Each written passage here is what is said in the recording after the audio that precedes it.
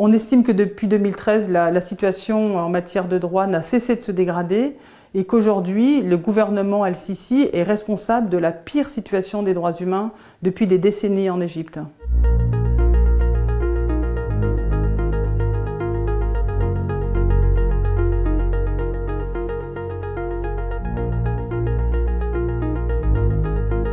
Tous les différents aspects de la société civile sont écrasés, réprimés, menacés et un grand nombre de personnes sont jugées et détenues pour leurs opinions ou pour leur volonté de manifester pacifiquement.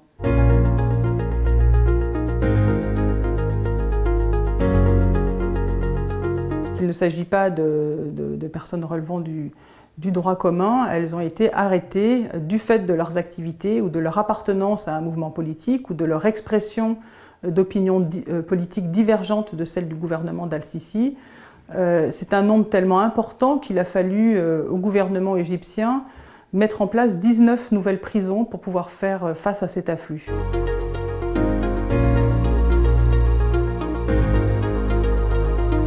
Alors, nous avons documenté dans un rapport qui est sorti très récemment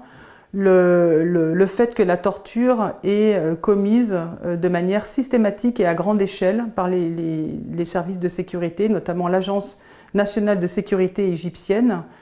qui pratique la torture de manière systématique à tel point que ces actes de torture pourraient constituer un crime contre l'humanité. Ces actes de torture consistent en différents sévices, qu'il s'agisse de pendre des personnes par les bras, de les installer dans ce qu'on appelle la position du poulet, c'est-à-dire qu'ils sont installés sur une espèce de broche avec les pieds et les mains attachés dans une position qui est extrêmement douloureuse, des sévices sexuels ou des menaces de sévices sexuels, bref, toute une panoplie de mauvais traitements qui s'exercent à grande échelle dans les centres de détention et dans les postes de police.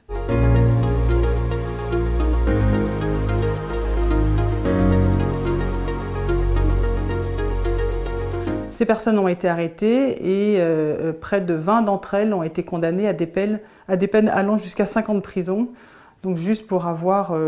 manifesté leur appartenance ou leur solidarité avec la communauté LGBT. La communauté LGBT est depuis longtemps harcelée. Là, on connaît une recrudescence très nette de ces actes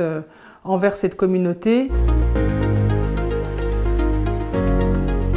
Face à cette situation qui est absolument catastrophique, intolérable, on appelle le président Macron et le gouvernement français à cesser de tourner le dos à ces abus, à ces graves abus, à ces violations de très grande ampleur. La France et l'Égypte ont des relations politiques, militaires, stratégiques très importantes, ce qui donne à la France un levier pour tenter d'influencer le gouvernement d'Al-Sisi et lui signifier que ces abus ne seront pas tenus pour négligeables dans la relation franco-égyptienne.